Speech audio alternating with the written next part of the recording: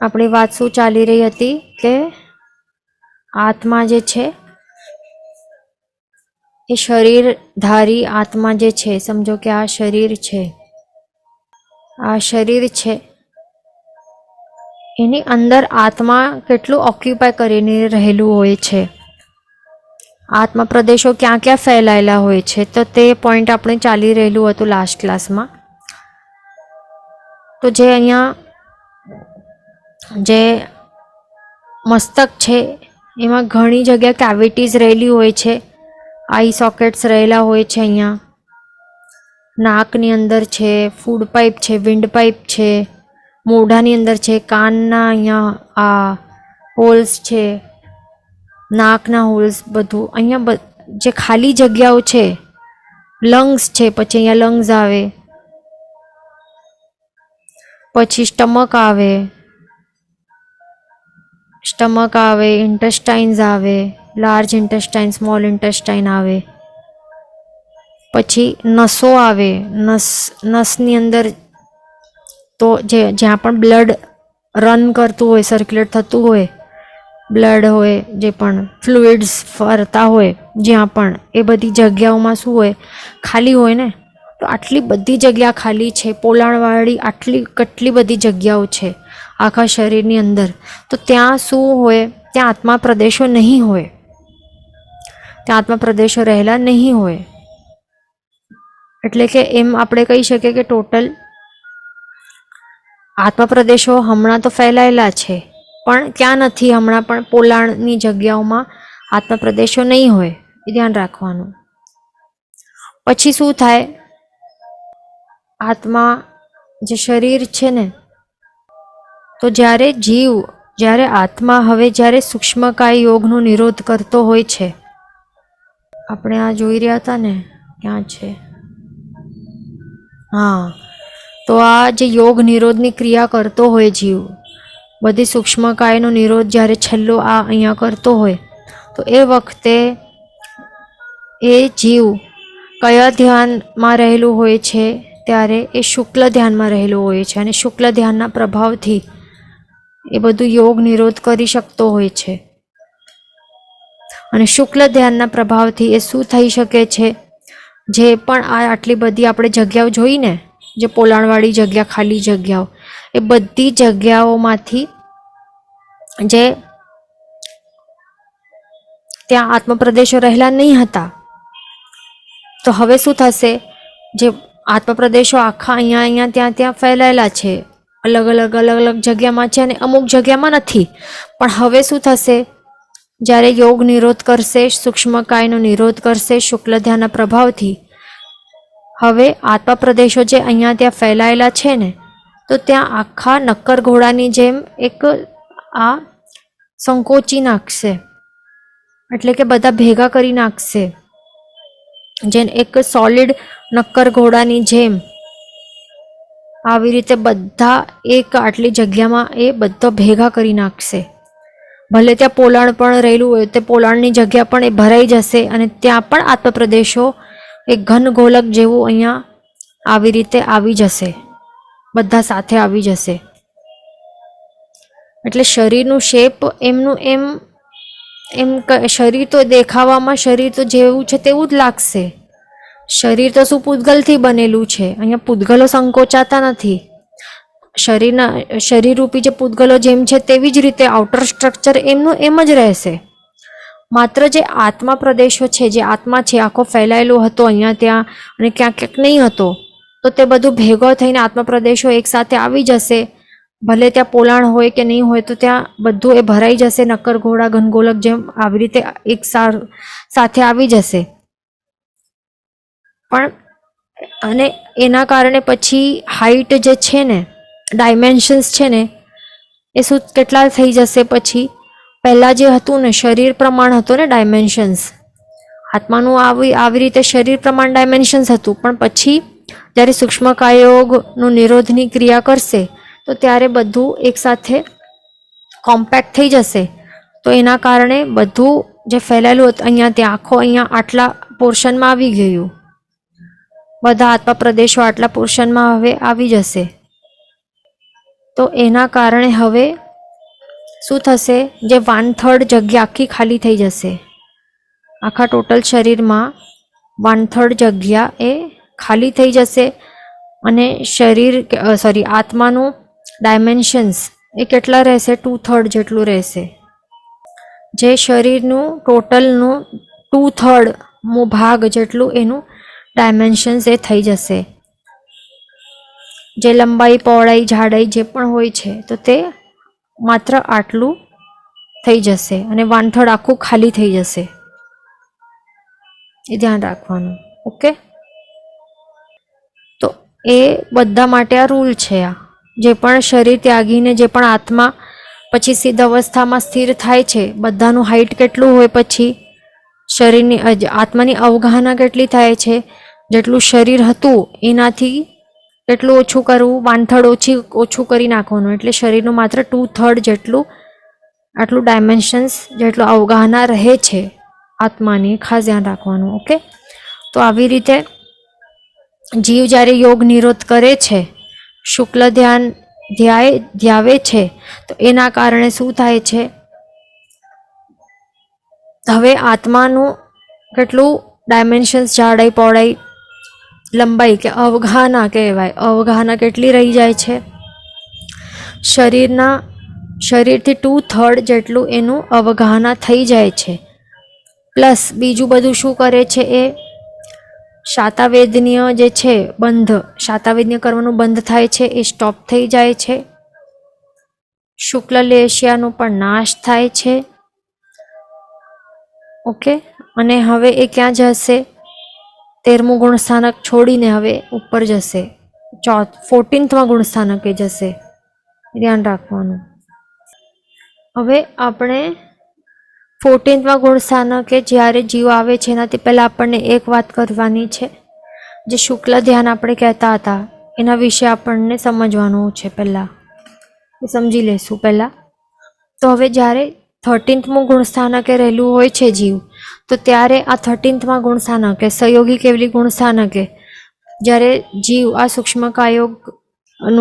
સૂક્ષ્મકાયકનો નિરોધ કરી રહ્યો છે, ત્યારે શુક્લ ધ્યાનનું કયો પાયો ચાલી રહ્યું છે એના આત્મામાં? ત્યારે એનું ચાલી રહ્યું છે 3જો પાયો. એના કેટલા પાયા હોય છે? 4 પાયા ટોટલ હોય છે. પણ અહીંયા આ લેવલ ઉપર એ 3જા પાયા ઉપર રહેલું હોય છે. એ ધ્યાન રાખવાનું. તો એ આપણને પાયા તો આપણને સમજવા પડશે પહેલાં, તો સમજાશે શું છે. બરાબર? તો શુક્લ ધ્યાન શું છે? ફર્સ્ટ ઓફ ઓલ, એટલે શુક્લ ધ્યાન જે પોઈન્ટ છે ને એ આપણને સમજવું પડશે પહેલાં.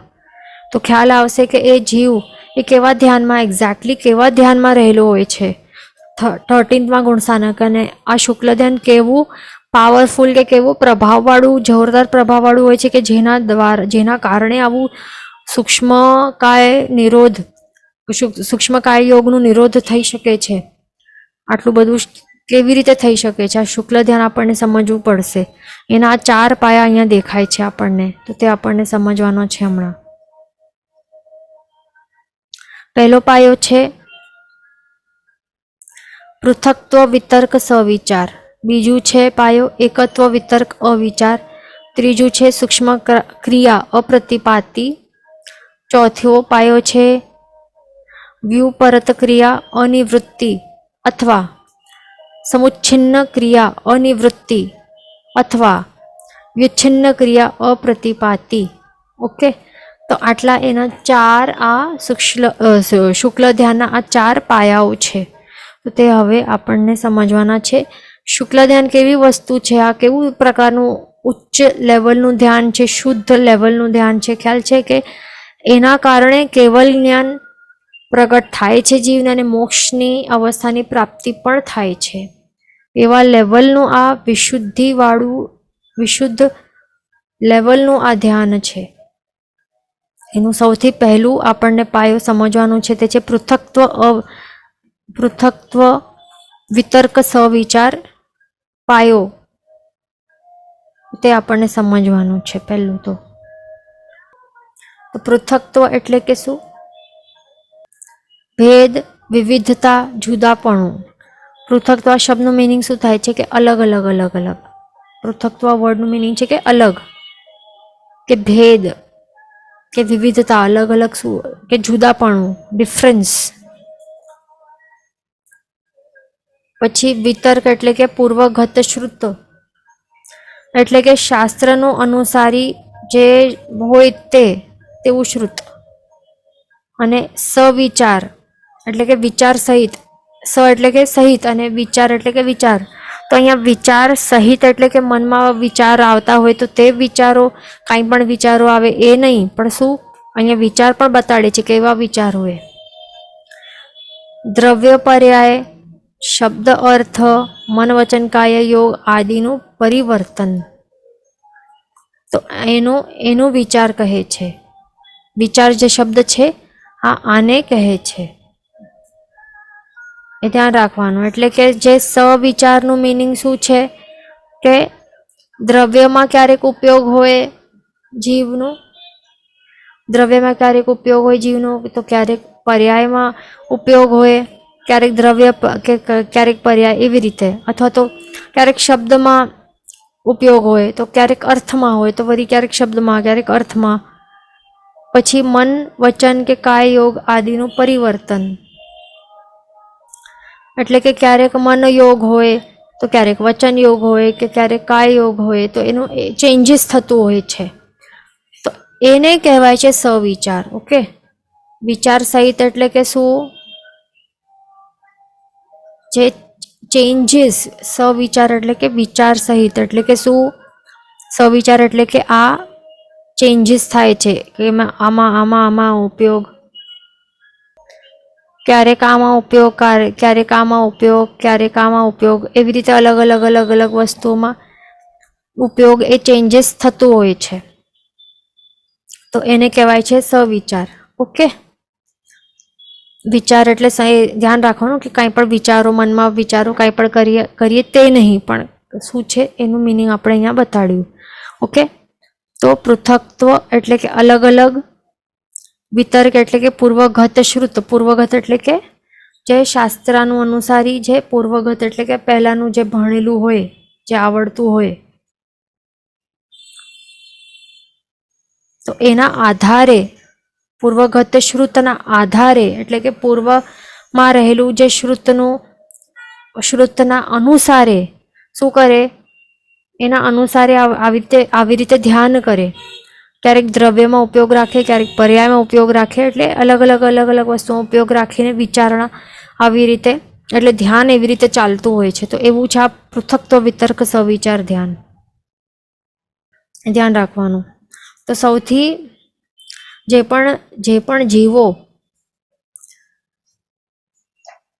8મા ગુણસ્થાનકમાં જ્યારે પણ જીવો ક્યાં ચડે, ક્ષપક શ્રેણી 2 રસ્તા હોય ને એના માટે.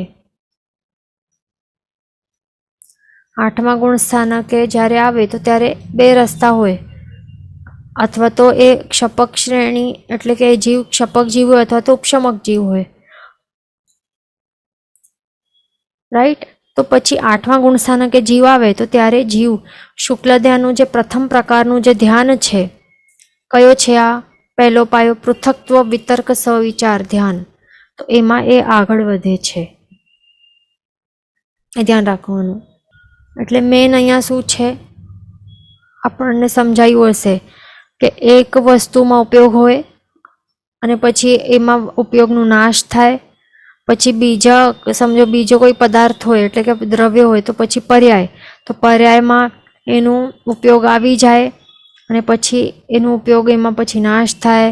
એટલે પહેલાં ઉપયોગ ઉત્પન્ન થાય, પછી સ્થિર રહે એમાં, અને પછી નાશ થાય ઉપયોગ, પછી બીજે કાંઈકમાં શબ્દમાં આવી જાય, એમાં ઉપયોગ ઉત્પન્ન થાય, સ્થિર રહે, પછી નાશ પામે, પછી અર્થમાં ઉપયોગ આવે, સ્થિર થાય, નાશ પામે, એવી રીતે ચાલતું રહે છે. એવા ટાઈપનું જે ચિંતન છે, આ અલગ અલગ અલગ અલગ નય હોય છે, અલગ ટાઈપના નય હોય છે. એવા અલગ અલગ ટાઈપના નયના આધારે અલગ અલગ પર્સપેક્ટિવ્સ જે હોય છે એના આધારે એવી રીતે ચિંતન કરે છે. દ્રવ્યો હોય છે, કયા છે દ્રવ્યો? ષડદ્રવ્યો છે ને, એના પર્યાયો કેટલા છે? તો એ સમજો કે કોઈક એક દ્રવ્યમાં એક નયથી વિચારણા એ કરે છે ઉપયોગ રાખીને, ચિંતન ચાલુ છે.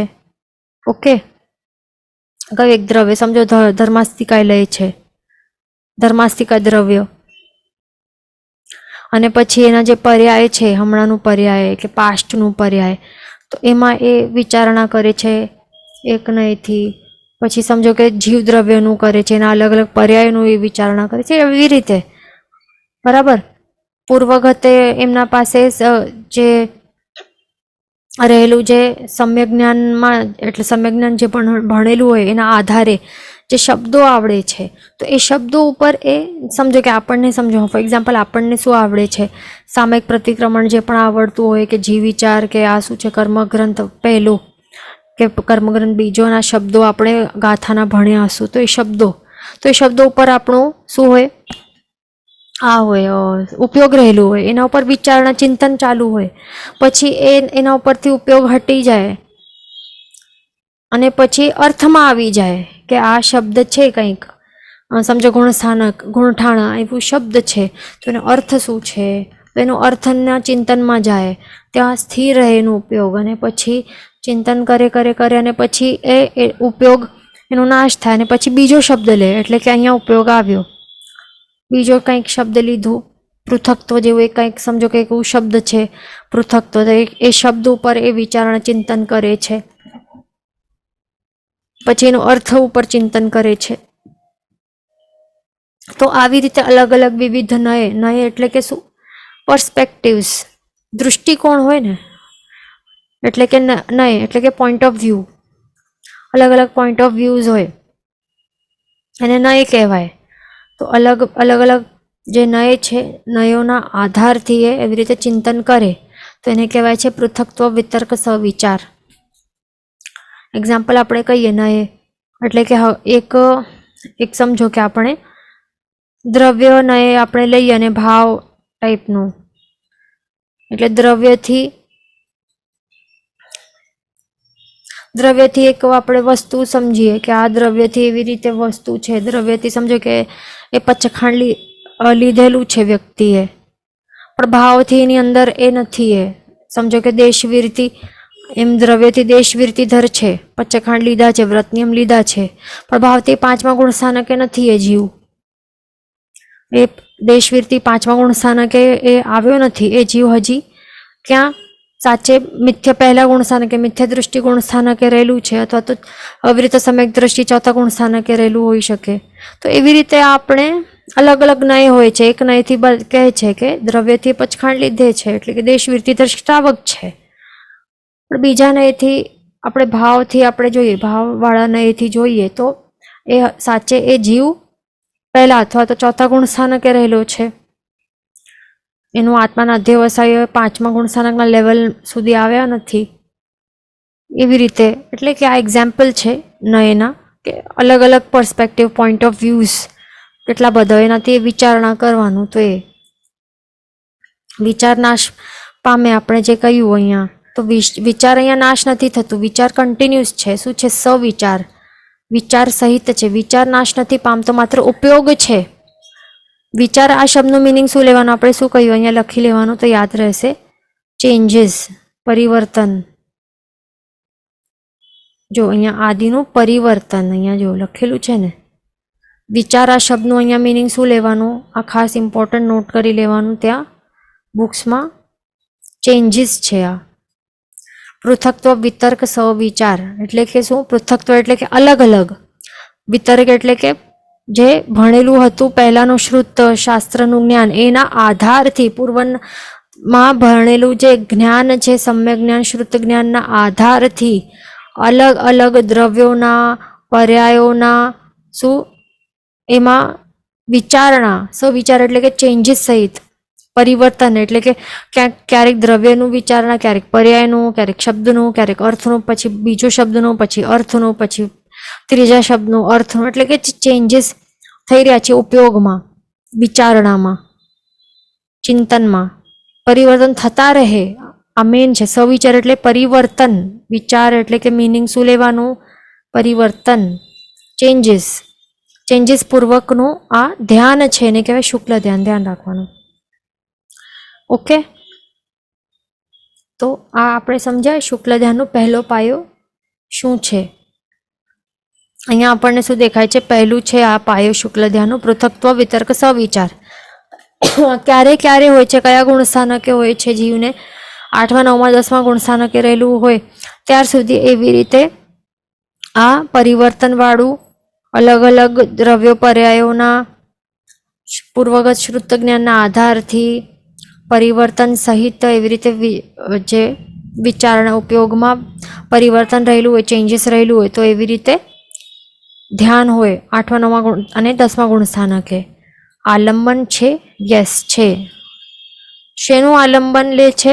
અહીંયા શું લખેલું છે? અહીંયા સવિતર્ક લખવાનું. અહીંયા કે પૃથક્ત્વ, સોરી, વિતર્ક કહીએ કે સવિતર્ક સેમ જ છે. એટલે વિતર્ક એટલે કે એનું મિનિંગ શું છે? આ શબ્દનું આપણે હમણાં જો યાદ રાખવાનું. શું છે? પૂર્વગત શ્રુત એટલે કે અહીંયા લે છે ને આલંબન. પૂર્વે જે પહેલા એણે ભણેલું છે જ્ઞાન, શ્રુત જ્ઞાન, એના આધારથી એનું આલંબન લઈને આ શુક્લ ધ્યાનમાં ચડી રહ્યો છે. આ વિચારણા કે ચિંતનમાં ચડે છે. એટલે આલંબન સહિત છે, એને આલંબનની જરૂર પડે જ છે. અહીંયા ધ્યાન રાખવાનું. પછી ભેદ તો છે એટલે કે શું? શેનું ભેદ અહીંયા કહે છે કે પૃથક્ત્વ. આ શબ્દનું મિનિંગ શું છે? હમણાં જ આપણે જોયું એનું મિનિંગ. પૃથક્ત્વ એટલે કે શું? ભેદ, વિવિધતા, જુદાપણું. જોયું ને આપણે? આ બધું યાદ રાખવાના. મિનિંગ યાદ રહેશે તો ખ્યાલ આવશે, નહીં તો ગડબડ થશે. ભેદ છે? યસ છે. પૃથક્ત્વ આ શબ્દમાં જ બતાડે છે. પૃથક્ત્વ એટલે કે શું? અલગ અલગ. જેમ કે અલગ અલગ શબ્દો, અલગ અલગ એના અર્થો, અલગ અલગ વર્ડ્સ, અલગ અલગ વસ્તુઓ, અલગ અલગ પદાર્થો ઉપર વિચારણા. એટલે કે યસ, ભેદ છે એમાં. પછી વિતર્ક નામ છે ને, વિતર્ક તો છે જ અહીંયા. તો એટલે છે અહીંયા પૂર્વગ્રત શ્રુત વાળી વિચારણા છે. એના આધારે અહીંયા વિચારણા ચિંતનમાં ચડે છે. પછી વિચાર અથવા તો પરિવર્તન. આપણે શું જોયું? વિચારનું મિનિંગ શું છે? વિચાર એટલે કે પરિવર્તન. યાદ રાખવાનું. તો શું વિચાર કે પરિવર્તન છે? તો યસ છે. આપણે હમણાં જોઈએ એનું નામ જ છે સવિચાર. એટલે કે યસ, એમાં વિચારણા કે પરિવર્તન થઈ રહ્યું છે. વિચાર અહીંયા શું દેખાય છે? કે અર્થ વ્યંજન યોગમાં સંક્રાંતિ કે પરિવર્તન રહેલું હોય. અર્થ એટલે કે શું? અહીંયા દેખાય છે. અર્થ એટલે કે આ અર્થ છે. વ્યંજન અહીંયા વ્યંજન અને યોગ અહીંયા. અર્થ એટલે કે શું? કે દ્રવ્ય કે પર્યાયના મિનિંગ્સ છે. શું દ્રવ્ય છે એનો અર્થ વિચારે, કે પર્યાયો એના શું છે, ચાલી રહ્યા છે તે અર્થ. વ્યંજન એટલે કે શું? શ્રુત વચન કે શબ્દ, એને વ્યંજન કહેવાય. જો વર્ડ્સ છે ખાલી. એટલે કે જે આ શબ્દ અને અર્થમાં પરિવર્તન આપણે પહેલા જોયું ને, ક્યાં જોયું? યાદ છે ને? અહીંયા દેખાય છે ને, શબ્દ અને અર્થમાં પરિવર્તન. તો શબ્દોમાં શું આવે? કે જે વર્ડ્સ છે, જે શ્રુત જ્ઞાનમાં લખેલા જે વર્ડ્સ છે કે શબ્દ કે વચન છે, જીનવાણીના જે શબ્દો છે, વર્ડ્સ છે, બધા વ્યંજન કહેવાય. અને એના મિનિંગ્સ છે, ગાથાર્થ કહીએ, વિશેષાર્થ કહીએ, ભાવાર્થ કહીએ, તો એ બધા અર્થ. એમાં જે દ્રવ્યો આપણને સમજાયા કે એના પર્યાયો સમજાયા, તો તે બધું અર્થમાં. પછી યોગ, મન વચન કાયાના યોગ. તો એમાં અર્થ વ્યંજન અને યોગમાં સંક્રાંતિ કે પરિવર્તનને કહેવાય વિચાર. ઓકે, એટલે એમાં બદલાતા રહે. કે ક્યારેક એક જીવદ્રવ્યનું વિચાર્યું, એના ઉપર ચિંતન કર્યું. પછી ક્યારેક પૂદગલાસ્તિકા દ્રવ્યો ઉપર ચિંતન મનન કર્યું, એના પર્યાય ઉપર કર્યું. અલગ અલગ તે છે. ઓકે, તો અહીંયા આપણું ક્લિયર એકદમ થઈ ગયું હશે શુક્લ ધ્યાનનું પહેલો પાયો. પૃથક્ત્વ, સવિતર્ક, સવિચાર, શુક્લ ધ્યાનનો પહેલો પાયો અહીંયા આપણો ક્લિયર થઈ ગયો. હવે સેકન્ડ પાયો શું છે? એકત્વ, વિતર્ક, અવિચાર. આ શુક્લ ધ્યાનનો બીજો પાયો કહેવાય, અથવા તો બીજો ભેદ પણ કહો. ઓકે, તો એમાં એનું મિનિંગ શું છે? કે અહીંયા નામ શું છે? એકત્વ એટલે કે શું? એક જ, only one and only one. વિતર્ક એટલે કે શું? પૂર્વગત શ્રુત જ્ઞાનના આધારથી પછી અવિચાર છે અહીંયા. અવિચાર એટલે કે શું? વિચાર એટલે કે પરિવર્તન, પણ અવિચાર એટલે કે નો પરિવર્તન, પરિવર્તન નથી, એમાં ચેન્જીસ નથી. એકત્વ એટલે કે ઓનલી વન, પછી વિતર્ક એટલે પૂર્વગત શ્રુત, અને અવિચાર એટલે કે નો ચેન્જીસ. અને અહીંયા અવિચારનું મિનિંગ અહીંયા એ નહીં લેવાનું કે વિચારણા જ નથી, નિર્વિકલ્પ દશા છે, કે વિચાર જ નથી, માઇન્ડ એકદમ બ્લેન્ક છે, ચિંતન જ નથી, શૂન્ય છે. આ બધું રોંગ છે. અર્થનો અનર્થ નથી કરવાનું, ખાસ ધ્યાન રાખવાનું. ઘણા જણા અહીંયા અર્થનો અનર્થ કરીને કંઈક અહીંયા શું બધું ડિરાઈવ કરીને બેઠેલા હોય છે. અહીંયા અર્થનો અનર્થ નથી કરવાનું. અવિચારનું મિનિંગ શું છે? કે નો ચેન્જીસ ઇન ધ ચિંતન મનન. એટલે શેમાં? એકત્વ એટલે કે કોઈ એક જ. શું એક જ? અહીંયા આપણે શું જોયું? પૃથક્ત્વ. અહીંયા આપણે શું જોયું? પૃથક્ત્વ એટલે કે ભેદ, એટલે કે અલગ અલગ. શું અલગ અલગ હતું? કે દ્રવ્ય, પર્યાય, શબ્દ, અર્થ અલગ અલગ હતા ને એ વસ્તુઓ. પણ એકત્વ એટલે કે કોઈ એક જ દ્રવ્ય, કોઈ એક જ દ્રવ્ય કે ગુણ કે કોઈ એક જ પર્યાય, કોઈ એક જ વસ્તુ કન્ટિન્યુઅસલી એના ઉપર જ ચિંતન કરે. There are no changes. Same એક દ્રવ્ય લીધું, સમજો કે એક શું લીધું? કોઈ પૂતગલ દ્રવ્ય લીધું, તો બસ એ પૂતગલ દ્રવ્ય ઉપર જ કન્ટિન્યુઅસલી એકત્વ, એના ઉપર જ ચિંતન કન્ટિન્યુઅસલી રહેલું હોય. વિતરક એટલે કે શું? પૂર્વગત શ્રુતના આધારે, એટલે કે પહેલાં ભણેલું હોય એના એ શ્રુત જ્ઞાનના આધારે એ એક જ લીધેલું જે પણ દ્રવ્ય કે પર્યાય કે ગુણ હોય, બસ સમજો કે આત્માનું એક ગુણ લીધું, સમ્યક દર્શન ગુણ ટાઈપ સમજો કે લીધું, તો એના ઉપર જ પકડીને એના ઉપર જ ચિંતન કન્ટિન્યુઅસલી એના ઉપર જ રહેલું હોય અને એમાં કાંઈ ચેન્જીસ નહીં હોય, બસ. તો એવા ટાઈપના ધ્યાનને કહેવાય એકત્વ, વિતર્ક, અવિચાર. શુક્લ ધ્યાનનો આ બીજો પાયો છે, ધ્યાન રાખવાનું. અને એમાં આ ધ્યાનમાં જીવને શું થાય છે? આત્માની અનુભૂતિ થાય છે. ધ્યાન રાખવાનું. અહીંયા શું થાય છે? આ લેવલ ઉપર જીવને પોતાના આત્માની અનુભૂતિ થાય છે. જીવને પોતાના આત્માની અનુભૂતિ થાય છે આ ધ્યાનમાં. અને એ પ્રોપરલી આત્મા જે છે ને એ પરમાત્મામાં એ પ્રોપરલી એ લીન બની શકે છે, લીન થાય છે એમાં. એટલે આપણે હમણાં શું કરી રહ્યા છીએ કે પ્રભુ આપણે દર્શન કરીએ તો આપણે પ્રભુમાં આપણે લીન બનતા હોઈએ ને. પણ આપણે પ્રભુ દર્શન આપણે શા માટે કરવાનું છે? આત્મદર્શન કરવા માટે કરવાનું હોય ને. પોતાના આત્માના ઓળખાણ માટે, આત્માની અનુભૂતિ માટે આપણે પ્રભુના દર્શન કરી રહ્યા છીએ, એમનું આલંબન લઈ રહ્યા છે, રાઈટ? પણ આપણે એ લેવલ સુધી હજી સુધી પહોંચ્યા નથી કે આત્માની અનુભૂતિ થઈ શકે આપણને. પણ આ બીજા પાયા, શુક્લધાના બીજા પાયામાં શું થાય છે? આટલા એ વિચારમાં, આટલા એ ચિંતનમાં, આટલા એ થાય છે, શુદ્ધ ભાવમાં આટલા એ તલ્લીન થાય છે કે પછી શું થાય છે? એને પોતાને આત્માની અનુભૂતિ થાય છે, પરમાત્મા એ લીન બને છે. અને પછી શું થાય છે? પરમાત્મા સાથેનું ભેદ સંબંધિત તૂટી જાય છે અને જે પોતે આત્મા છે ને એ પોતે જ પરમાત્મા બની જાય છે. એટલે આત્મા અને પરમાત્મામાં જે એ હતું ને, ડિફરન્સ હતું ને, કે આપણું આત્મા આવું અને પરમાત્માનું કેવું સ્વાભાવિક ગુણવાળું વિશુદ્ધ આત્મા, એ ડિફરન્સ હતું ને, તો એ ડિફરન્સ એ મટી જાય છે અને પોતાનો આત્મા જે એવું શુદ્ધિકરણને પ્રાપ્ત કરે છે, પોતાનો આત્મા જ પરમાત્મા બની જાય છે. તો એનું મિનિંગ શું થયું? કેવી રીતે બની શકે? આપણે આ લાઈન કહ્યું, દેટ મીન્સ શું? અહીંયા કેવલ જ્ઞાન થાય છે જીવને. શું? આત્મા પરમાત્મા બની જાય છે એટલે કે શું? સ્વાભાવિક ગુણને પ્રાપ્ત કરે છે. આ કેવલ જ્ઞાન પ્રગટ થાય છે. એટલે કે હવે અહીંયા એ 13માં ગુણસ્થાનકે ચડશે જીવ. 13માં ગુણસ્થાનકે આવી જાય છે જીવ. અહીંયા આપણે શું જોયું? પહેલા જો પાયો હતો ને શુક્લ ધ્યાનનું, શું 8, 9, 10 સુધી રહેલું હતું ને. અહીંયા 8, 9, 10 સુધી ગુણસ્થાનક સુધી આ પાયામાં રહેલું હોય છે, પહેલા પાયા ઉપર. પછી અહીંયા 11 અને 12 સુધી આ ચાલતું હોય છે. 11 અને 12માં રહેલું હોય તો ત્યારે એકત્વ વિતર્ક અવિચારમાં એ રહેલું હોય છે. તો એ દેટ મીન્સ શું કે જે 12માં વાળું હોય તો એક ક્ષપક જીવ વાળું જોઈએ ને, ધ્યાન રાખવાનું. અને જ્યારે આ પરાકાષ્ઠા લેવલ ઉપર પહોંચી જાય ને તો ત્યારે એ લેવલમાં પછી એને કેવલ જ્ઞાન પ્રગટ થાય ને એન્ટર થાય છે 13th ગુણસ્થાનકમાં.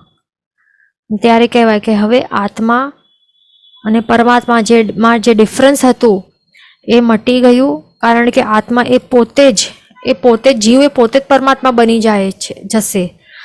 શા માટે? કારણ કે એને કેવલ જ્ઞાન પ્રગટ થાય છે. પરમાત્મા જેવા જ ગુણો, જે સ્વાભાવિક ગુણો છે, 4 સ્વાભાવિક ગુણો એ પ્રગટ થઈ જશે એને.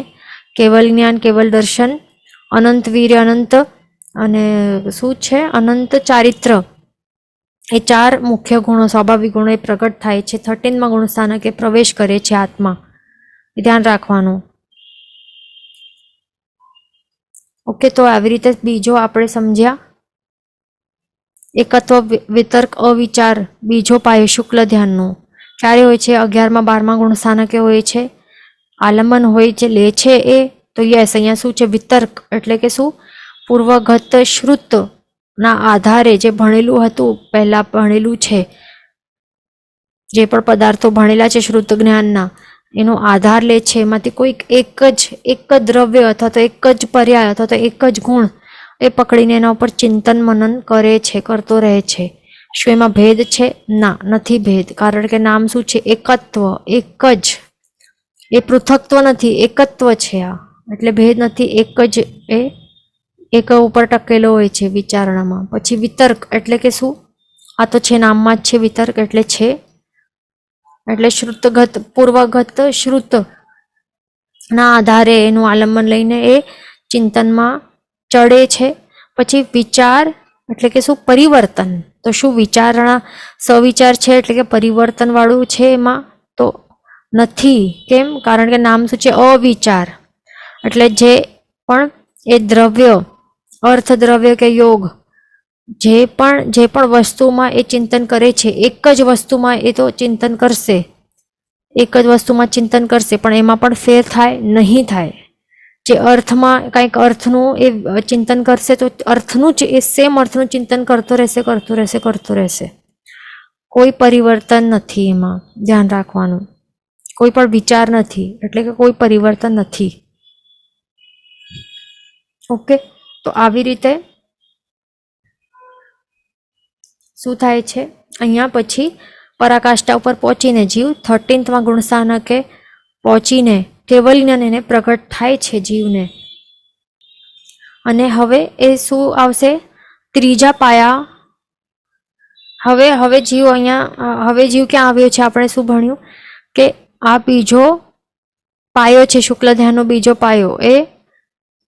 એમાં ચિંતન એટલે એમાં એ ચડી રહ્યો છે, આગળ વધી રહ્યો છે, ધ્યાનમાં આગળ વધે છે. 11માંથી 12માં આવે છે, પછી 13માં ગુણસ્થાનક એને પ્રાપ્ત કરશે.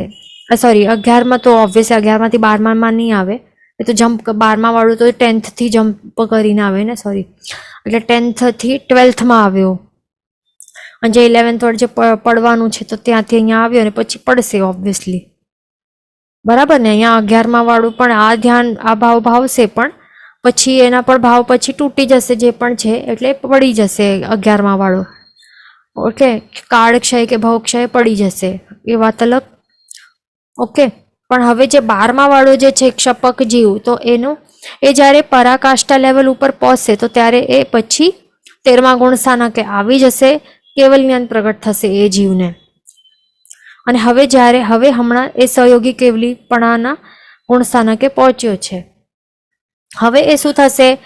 13મા ગુણસ્થાનકનું જ્યારે છેલ્લા અંતર મુહૂર્તમાં આવશે ને, 13મા ગુણસ્થાનકના છેલ્લા લાસ્ટ અંતર મુહૂર્તમાં જ્યારે આવશે જીવ, તો એ વખતે જીવ ક્યાં આવશે? કયા પાયા ઉપર ચડશે? શુક્લ ધ્યાનના ત્રીજા પાયા એટલે કે સૂક્ષ્મ ક્રિયા અપ્રતિપાતીનું આલંબન લેશે. અહીંયા એ ચડશે. ઓકે, સૂક્ષ્મ ક્રિયા અપ્રતિપાતી એટલે હવે આ શું છે? એનું બીજું નામ શું છે? સૂક્ષ્મ ક્રિયા અનિવૃત્તિ. અહીંયા આપણે જોયું ને, આગળ જ જોયું, નહીં અહીંયા નથી જોયું આપણે, પણ આપણે સમજી શું લખીએ, સૂક્ષ્મ ક્રિયા અપ્રતિપાતી અથવા તો અનિવૃત્તિ અહીંયા લખી લેવાનું. આ બે નામ છે, અનિવૃત્તિ. સૂક્ષ્મ ક્રિયા અપ્રતિપાતી અથવા તો સૂક્ષ્મ ક્રિયા અનિવૃત્તિ. હવે એનું મિનિંગ શું છે કે હવે જીવ 13th ગુણસ્થાનકના એકદમ છેલ્લામાં છેલ્લા અંતર્મુહૂર્તમાં અહીંયા પહોંચે છે, એકદમ લાસ્ટ પાર્ટમાં. તો હવે ત્યારે શું કરશે, આપણે ભણ્યું ને હમણાં 13 ગુણસ્થાનકનું લાસ્ટ પાર્ટમાં શું કરે છે જીવ. ઓકે, એક મિનિટ, અહીંયા નથી, અહીંયા છે. શું કરશે જીવ? આ બધું કરશે ને, યોગ નિરોધ કરશે ને, આપણે ભણ્યું આ બધું, રાઈટ? તો યોગ નિરોધ એ કરશે, અને યોગ નિરોધ કરવા માટે શું કરશે, આપણે શું ભણ્યું કે આ શુક્લ ધ્યાન એ સૂક્ષ્મ ધ્યાન, શુક્લ ધ્યાન એ ધ્યાસે, અને એ પણ કયો પર્ટિક્યુલરલી ત્રીજા શુક્લ ધ્યાનનો ત્રીજો પાયો છે. ત્રીજો પાયોનું આલંબન લેશે. એ શું કરશે, આલંબન લેશે. શેનું? શુક્લ ધ્યાનના ત્રીજા પાયાનું આલંબન લઈને આ બધું કરી શકશે, યોગ નિરોધ કરી શકશે. બરાબર? એટલે યોગ નિરોધ કરવું હોય તો એના માટે શું એને કરવું, શેનું આલંબન લેવું પડશે જીવને? શુક્લ ધ્યાન. એ પણ શુક્લ ધ્યાનનું કયો? પહેલો બીજો નહીં, ત્રીજો પાયોનું આલંબન એને લેવું પડશે, જરૂરી છે. એટલે હમણાં એ કયો છે જીવ? 13માં ગુણસ્થાનક ઓલરેડી આવી ગયો છે. એટલે જીવ કેવું શું કહેવાય? કેવલી કહેવાય ને, કેવલી ભગવંત કહેવાય. તો કેવલી ભગવંતને શું કરવું પડશે? એમને કેવલી ભગવાનને તે 13 ગુણસ્થાનકમાં આવી ગયા છે, ત્યાં રહેલા છે, ત્યાં રહેલા છે, ત્યાં રહેલા છે. હવે આગળ ચાલીને 13માં ગુણસ્થાનક છેલ્લું અંતર્મુહૂર્ત આવશે. એટલે કે સમજો ને કે એમનું કેવલી પર્યાય હતું આટલા અમુક વર્ષો, આટલા બધા વર્ષો, સમજો આટલા 10,000 વર્ષો સમજો કેવલી પર્યાયમાં રહેલા છે. આ કેવલી ભગવાન 13 ગુણસ્થાનકમાં રહેલા છે, તો આટલા સુધી કાંઈ નથી કરતા, આટલા સુધી, બરાબર? પણ હવે જ્યારે છેલ્લો અંતર્મુહૂર્ત આવશે ને, લાસ્ટેસ્ટ પાર્ટ આવશે એમનું, કે હવે 13મું ગુણસ્થાનક એમને છોડીને પછી ઉપર જવાનું છે, 14માં ગુણસ્થાનક એમને આગળ વધવાનું છે. તો એનાથી પહેલાંનું જે 13માં ગુણસ્થાનકનું છેલ્લામાં છેલ્લું અંતર્મુહૂર્ત જ્યારે આવશે, તો ત્યારે શું કરશે, એમને હવે આલંબન લેવું પડશે. આ કેવલી ભગવાનને યોગ નિરોધ કરવું પડશે ને, તો યોગ નિરોધ કરવા માટે એમને શું કરવું પડશે? યોગ નિરોધ કરવું હોય તો એમના માટે એમને આ શુક્લ ધ્યાનનું આ જે ત્રીજો પાયાનું આલંબન લેવું પડશે. એટલે હવે એ આ ત્રીજો પાયામાં ચડશે. આ ઓકે, ક્લિયર?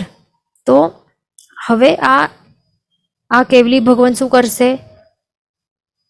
આ ત્રીજા પાયાનું આલંબન લેશે, શુક્લ ધ્યાનનું ત્રીજા પાયાનું. એનું નામ શું છે? સૂક્ષ્મ ક્રિયા અનિવૃત્તિ.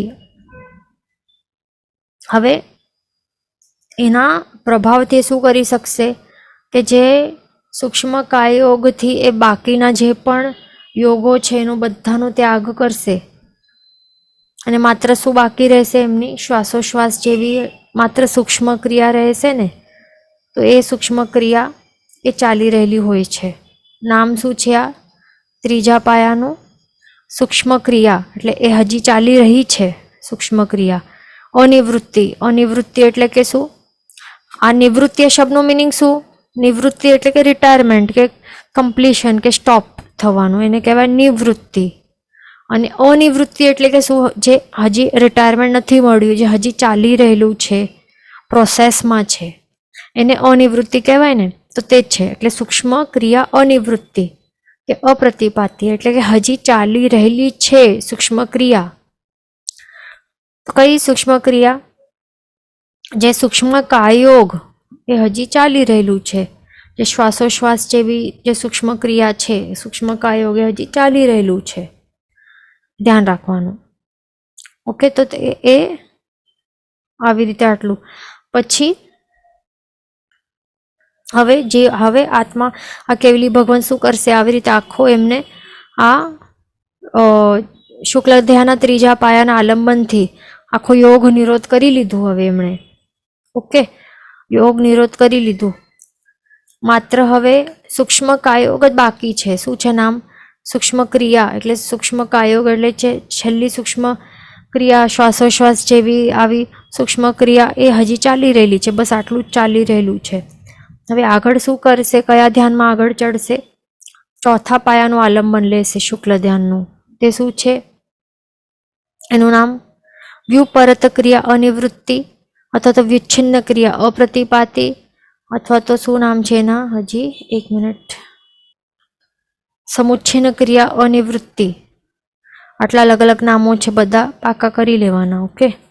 વ્યુપરત ક્રિયા અનિવૃત્તિ, સમુચ્છિન્ન ક્રિયા અનિવૃત્તિ, વિચ્છિન્ન ક્રિયા અપ્રતિપાતી. તો આ ત્રણેના અલગ અલગ નામો છે. તો હવે એનું મિનિંગ શું છે કે હવે અહીંયા શું થાય છે?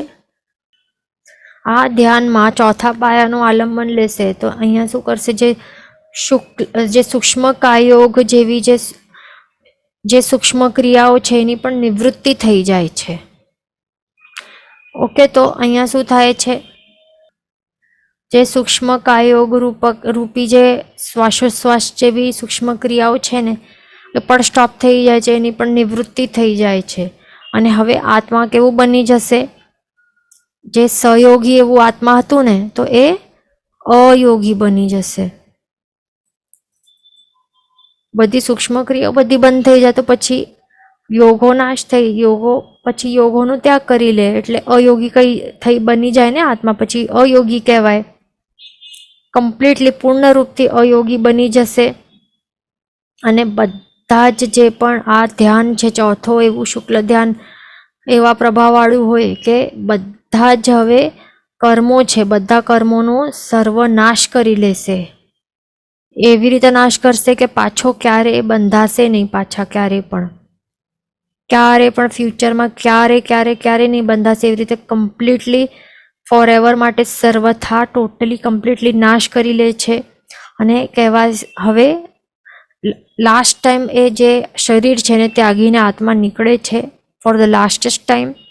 અને આ અવસ્થાને કહેવાશે કે હવે જીવને મોક્ષની અવસ્થાની પ્રાપ્તિ થઈ, નિર્વાણ પામ્યો જીવ, મોક્ષની પ્રાપ્તિ થઈ. કારણ કે હવે બધા કર્મ ક્ષય થયા. દેટ મીન્સ બધા ગુણો પ્રગટ થઈ જાય છે. બધા જ ગુણો એના આત્માના પ્રગટ થાય છે, સ્વ સ્વરૂપે આવી જાય છે. આત્મા અશરીરી બની જાય છે, વર્ણગંધ રસ સ્પર્શ રહિત બની જાય છે. જેવું સાચો સ્વરૂપ છે એવું તેજસ્વી નિર્મળ, એટલે કે નિર્મળ સ્ફટિક જેવું નિર્મળ જેવું કહેવાય, એટલે કર્મોથી રહિત એવું બની જશે હવે જે આત્મા. અને હવે અહીંયા આપણે જોઈ શું દેખાય છે? ક્યારે આ ધ્યાન જે છે ચોથો જે છે એ ક્યારે કરે છે? 14માં ગુણસ્થાનકમાં કરે છે. આ એનું આલંબન લે છે ચોથા પાયાનું. અને યોગ શું છે એમાં? તો યોગ નથી. ચોથા પાયામાં શું એક પણ યોગ છે નહીં, કારણ કે અહીંયા અયોગી બની જશે અને લેશ્યા પણ નથી. ઓકે. અને અહીંયા ઉપરના આપણે આ જોયા નથી. તો આ પહેલું છે શુક્લ ધ્યાનનો પહેલો પાયો. એમાં ત્રણ યોગ ચાલી રહ્યા છે. આપણે પહેલા જોઈએ ને સવિચાર, એમાં ત્રણેય યોગમાં પરિવર્તન થઈ રહેલા છે ને. પછી આ જોયું ને, યાદ રાખવાનું અહીંયા શું દેખાય છે ને? વિચાર, મન વચન કાયા યોગ આદિનું પરિવર્તન, પૃથક્ત્વ વિતર્ક સવિચારમાં હજી છે અહીંયા. ઓકે. એટલે અહીંયા ત્રણ યોગ રહેલા છે પહેલા પાયામાં. અને લેશ્યા કેવી હોય છે? શુક્લ લેશ્યા હોય છે.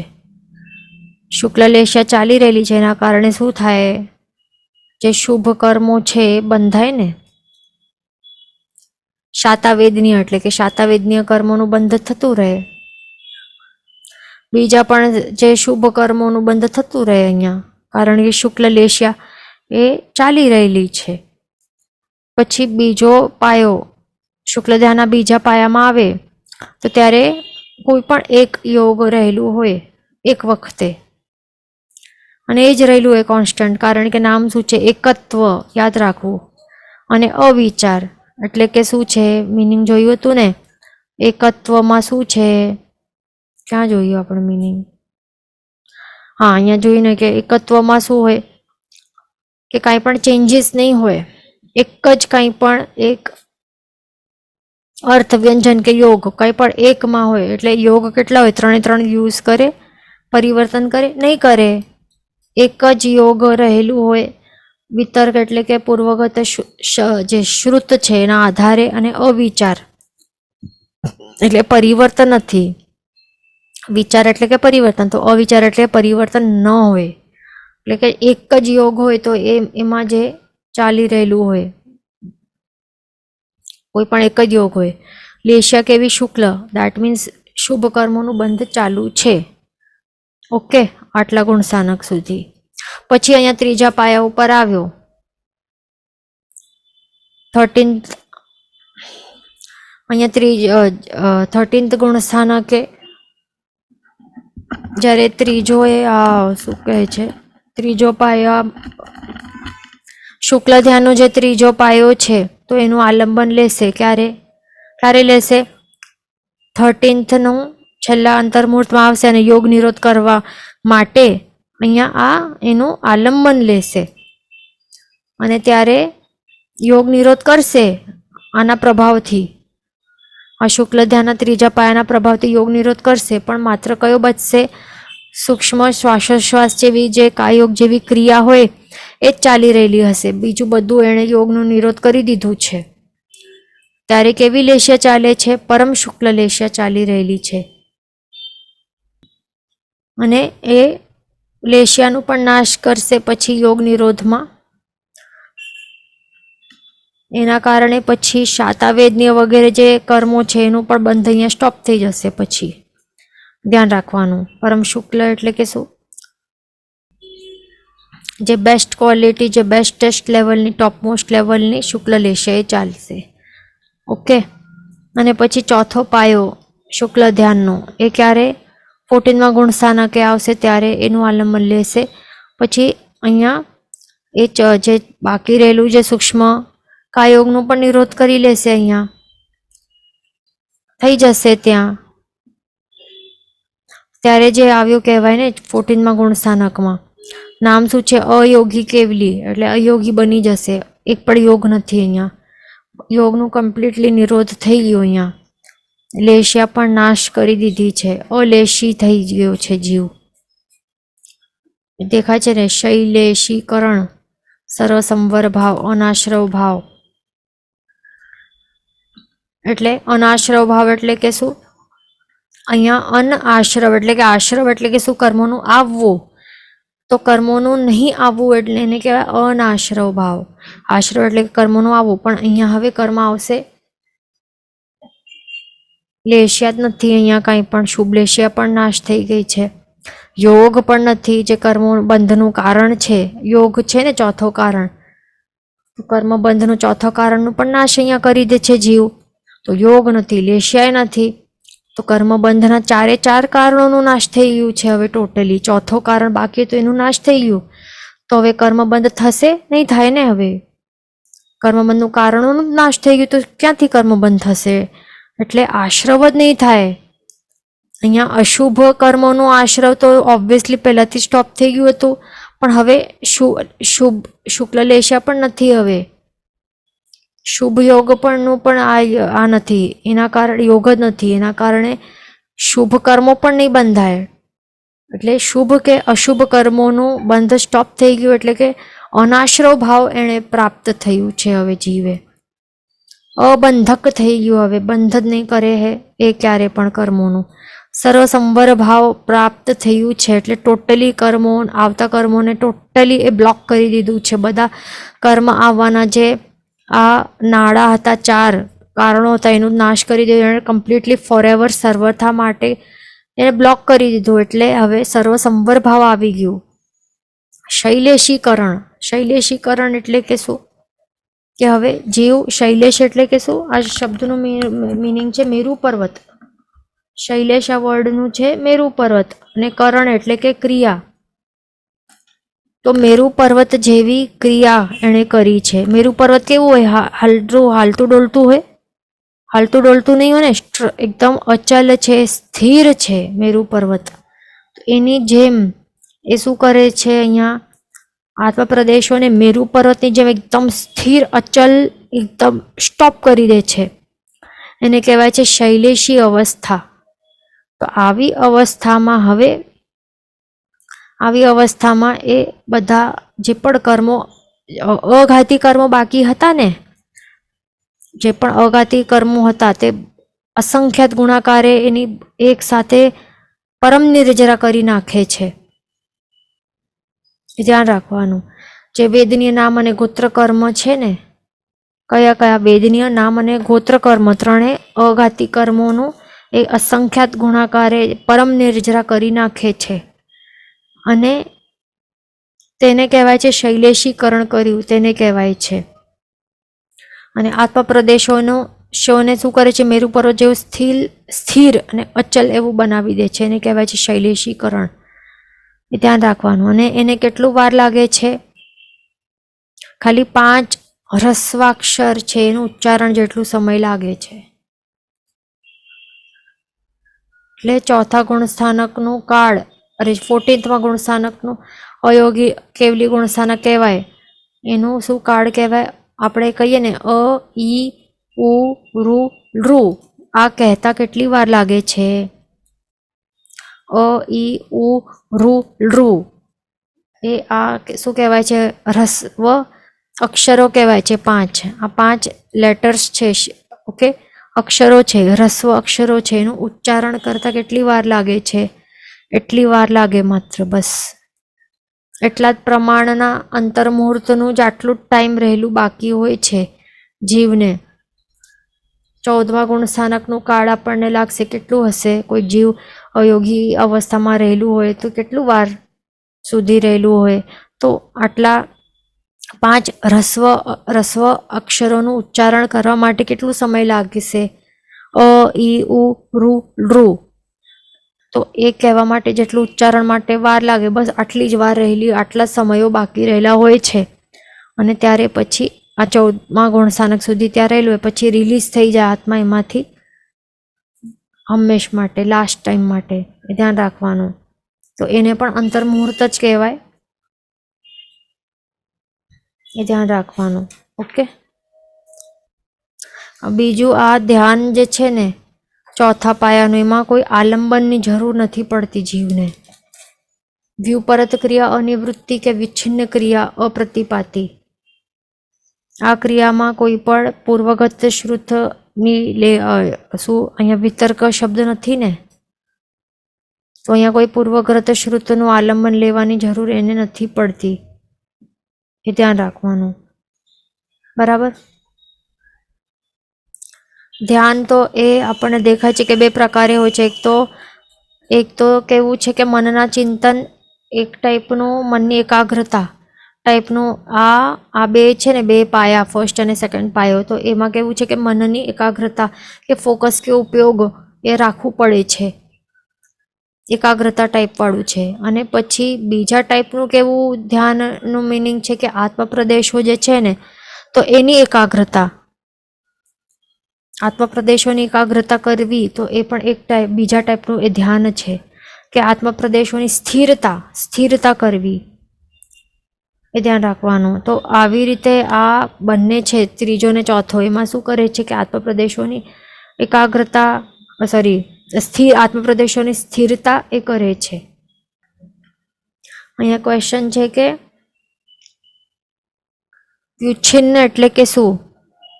વ્યુચ્છિન્ન એટલે કે નાશ કરી નાખવી.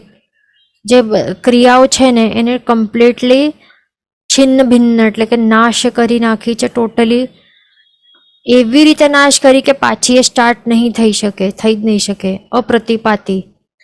એક વખત આવ્યો તો એ પાછો જાય નહીં, એવા ટાઈપનું. એટલે કે એક વખત નાશ કરી દીધી ક્રિયાઓને, તો એ પછી જેવી અવસ્થા પ્રાપ્ત થાય છે તો એ અવસ્થા કોન્સ્ટન્ટ અને ફોરએવર તે જ ટકીને રહેશે. પછી એ આવી અયોગી અવસ્થા એ ક્યારે પાછી જાય નહીં અને ક્યારે સહયોગીપણામાં આવશે નહીં.